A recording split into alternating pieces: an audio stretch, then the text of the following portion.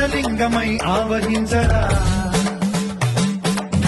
ఘమఘమని డమరుక ధ్వని కలిపి జడదని వదిలించరా